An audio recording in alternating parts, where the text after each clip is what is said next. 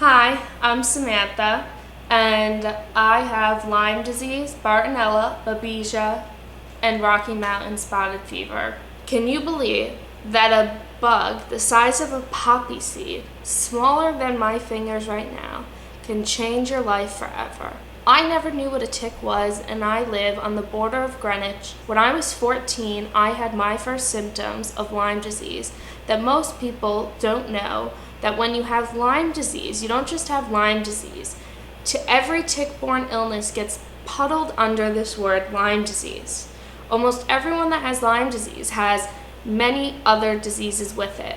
They're called other tick-borne diseases. I had Bartonella, Babesia, and Rocky Mountain spotted fever. They can arguably be worse than Lyme disease on their own. Now, my story isn't the typical story. I was misdiagnosed and mistreated and given the wrong medication for years before I was even in the proper situation. As a result of that, I ended up in a wheelchair, and I later learned from proper treatment from doctors that I had the genetic makeup that was working against me. My autoimmune system was working against me, and I had genetic diseases that came out from the Lyme disease ticking off my autoimmune system. Now, throughout my journey, I was a teenager. Going through chronic illness as a teenager, at any age, you're gonna miss out on milestones, whether you're in your teenage years, you're in your 20s,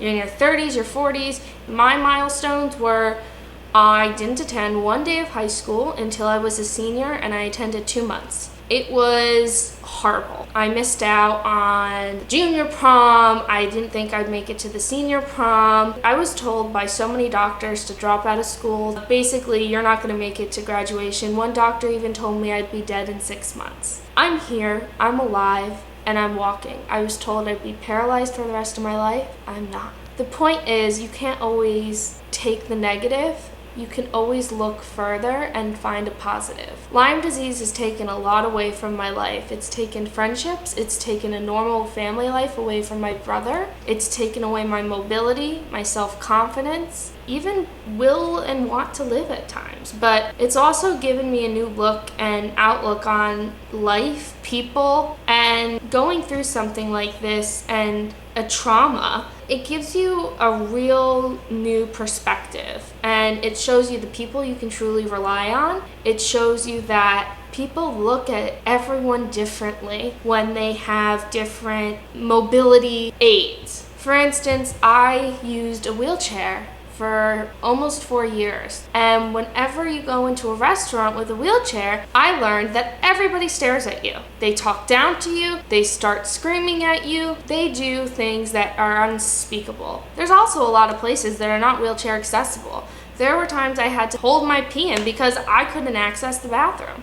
When I started walking in a walker and I was a teenager, I was looked at like I was crazy. It is a really unfortunate thing that society doesn't accept or empathize with people and have this awareness that anything could happen to anybody at any time, especially with a disease like Lyme disease. Someone watching this, you can walk outside, you can get bit by a tick right now by going on your lawn. What I've learned from this is I take advantage of every opportunity and take liberty of every single day that God has given me. I'm not religious, but I am just so grateful to have everything that I have every single day. I can walk, talk, breathe, and write on my own because at one point, all those things were taken away from me. I couldn't do a lot of things that are quote unquote normal. So now I want to tell you to take advantage of every day. Do the crazy thing you always wanted to do. Do what your heart desires. Don't do that thing that doesn't make you happy every day. Follow your passion. Do what makes you you. That's all that matters. You have to be happy because you never know what tomorrow will bring.